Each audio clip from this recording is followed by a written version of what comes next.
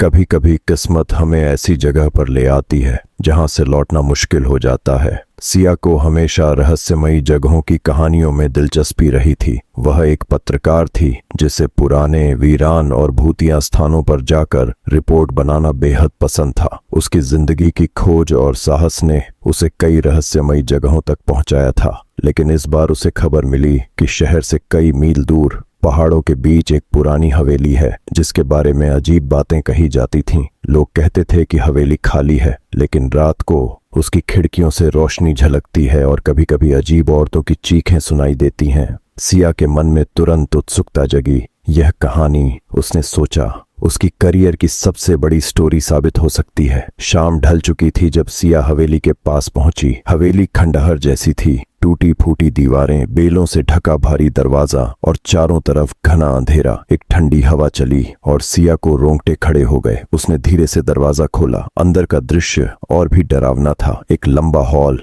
बीच में एक पुरानी मेज और उस पर लाल धूल भरी किताब। जैसे ही सिया ने किताब खोली, हवेली की सारी खिड़कियां बंद हो गईं। अंधेरा घेर गया और किताब से धुआं उठकर एक औरत का रूप लेने लगा। वह औरत लंबी, सुंदर, लेकिन उसकी आंखें डरावनी थीं। उसने धीमे और रहस्यमयी स्वर में कहा, मैं अनाया हूं, सदियों से इस हवेली में कैद। तुमने मेरी किताब खोली है, अब तुम्हें मेरे सौदे में शामिल होना होगा। सिया डर गई, लेकिन जिज्ञासा ने उसे रोका। उसने पूछा, सौदा? क्या मतलब? अनाया ने बताया कि वह एक श्रापित आत्मा है। जिसने भी उसे जगाया, उसकी 2 इच्छाएं पूरी होंगी, लेकिन तीसरी इच्छा अनाया की होगी। अगर कोई ठुकराता है तो उसकी मौत तय है। सिया ने धीरे से पहली इच्छा कही, मुझे इस हवेली से बाहर निकलने का रास्ता दिखा दो। अनाया मुस्कुराई। हवेली की दीवार पर नक्शा उभर आया। सिया हैरान हो गई। फिर उसने दूसरी इच्छा रखी, मुझे अपने मर चुके पिता से एक बार मिलना है। अनाया ने ताली बजाई। धुंध में सिया के पिता प्रकट हुए। सिया ने उन्हें गले लगाया, लेकिन कुछ ही देर में वे धुंध में बदलकर गायब हो गए। अब अनाया की बारी थी। मुझे इस हवेली से मुक्त होना है। इसके लिए तुम्हें मेरे साथ मिलन करना होगा। मेरा श्राप तभी टूटेगा जब मैं किसी जीवित इंसान के साथ अपने शरीर और आत्मा को जोड़ूं। सिया हक्का बक्का रह गई। यह तो असंभव है, मैं नहीं कर सकती। अनाया की आंखें चमकी। मुझसे बचना नहीं। अगर तुमने मना किया तो कल सुबह तक तुम्हारा दिल धड़कना बंद कर देगा। सिया भागना चाहती थी, लेकिन हवेली का दरवाजा पत्थर बन चुका था। चारों ओर अंधेरा और भारी हवा थी। हवेली की दीवारें थरथराने लगीं। अनाया धीरे धीरे सिया के पास आई। उसका स्पर्श बर्फ जैसा ठंडा था।